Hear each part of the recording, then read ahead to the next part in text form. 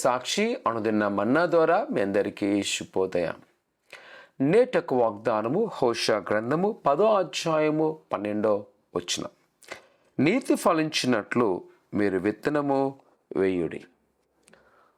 ప్రభువైన యేసుక్రీస్తు ఆనాటి ఇజ్రాయేల్ ప్రజలు ప్రవక్త అయిన హోషేతో తెలియజేస్తున్న మాట ఏంటి అంటే, ఆయనతో సంబంధాన్ని ఏర్పాటు చేసుకోవడం.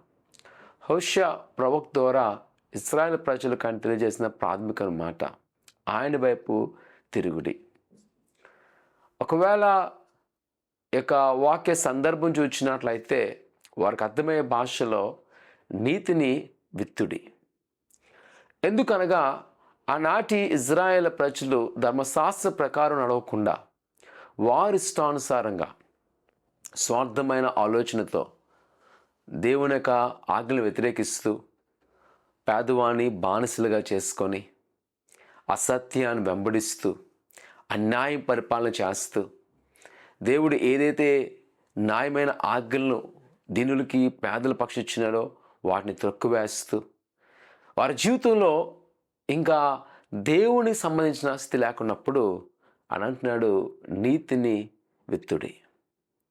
నిజమే ప్రియ కుమార కుమార్తె, ఈరోజు ప్రభువైన యేసుక్రీస్తు మనం ఎందుకు పిలుచున్నాడంటే నీతిమంతులుగా తీర్చడం కొరకు. ఈరోజు క్రీస్తు ఎరిగిన మనలో కొన్నిసార్లు ఈ లోకం వైపు మనం చూస్తూ ఉంటాం, ఈ లోక ఆలోచన కలిగి ఉంటాం, ఈ లోక పరిస్థితిలో ఉంటాం. కానీ ప్రభువు వాటిని నిరాకరిస్తున్నాడు, ప్రభువు వాటిని వ్యతిరేకిస్తున్నాడు. వాటి జోలికి వెళ్ళొద్దు, ప్రభువైన యేసు యందు మనం ఉందాము అని ఎలాగైతే మన పక్షమున గురి కలుగున్నాడో, ఎలాగైతే ఆలోచన కలుగున్నాడో దాని ప్రకారము జీవించడానికి ప్రయత్నం చేయండి. ప్రభు మీ పట్ల గొప్ప కార్యం చేయను. ప్రార్థన చేసుకుందాం. పరిశుద్ధుడా ఘనమైన దేవా, నీ కన్నాలు నీ బిడ్డలను జ్ఞాపకం చేసుకోండి.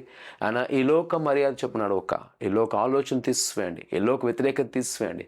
నీకు ఇష్టమైన వారుగా జీవించుటకు సహాయం దయచేసి, నీలో వర్ధిల్లుటకు సహాయం చేసి, నీ కృపాక్షములతో నింపి, ఇదిగో ప్రభా నీలో న్యాయంగా జీవిస్తూ ప్రభా నీ ధర్మశాస్త్రక జీవిస్తూ అనేక మందికి దీవెనకరంగా మలచమని యేసు నమ్ముతున్నాం తండ్రి, ఆమేన్.